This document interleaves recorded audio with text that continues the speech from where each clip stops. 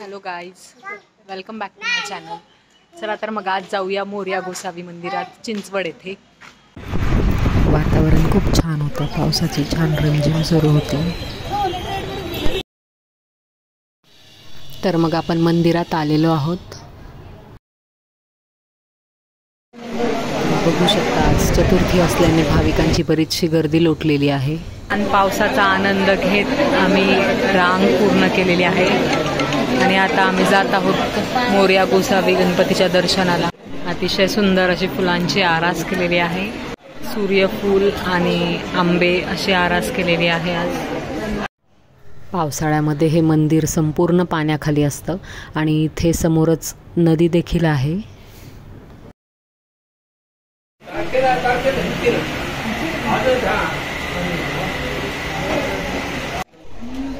असं म्हणतात की इथे दर्शन घेतल्यावर अष्टविनायक गणपतीचे दर्शन घेतल्याचं फळ मिळतं. सुंदर आणि मनमोहक अशी गणपतीची मूर्ती आहे.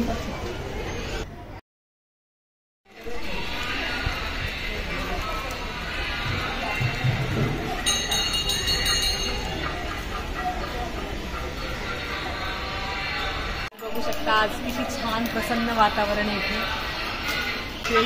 पावसाची रिमझिम आणि येथील भक्तिमय वातावरण ह्याने मन आनंदित होत होतं. निसर्गाच्या सानिध्यात अतिशय सुंदर असं हे मंदिर आहे. आजूबाजू नदीने वेढलेली आहे आणि झाडंही खूप सुंदर आहेत आणि आकर्षक असं हे ठिकाण आहे. आणि इथे छान बाप्पा मोरया रे असं सारखंच गाणं वाजत असल्यामुळे अतिशय प्रसन्न छान वाटतंय. आज इथे अनेक प्रकारचे पूजा साहित्य मिळते.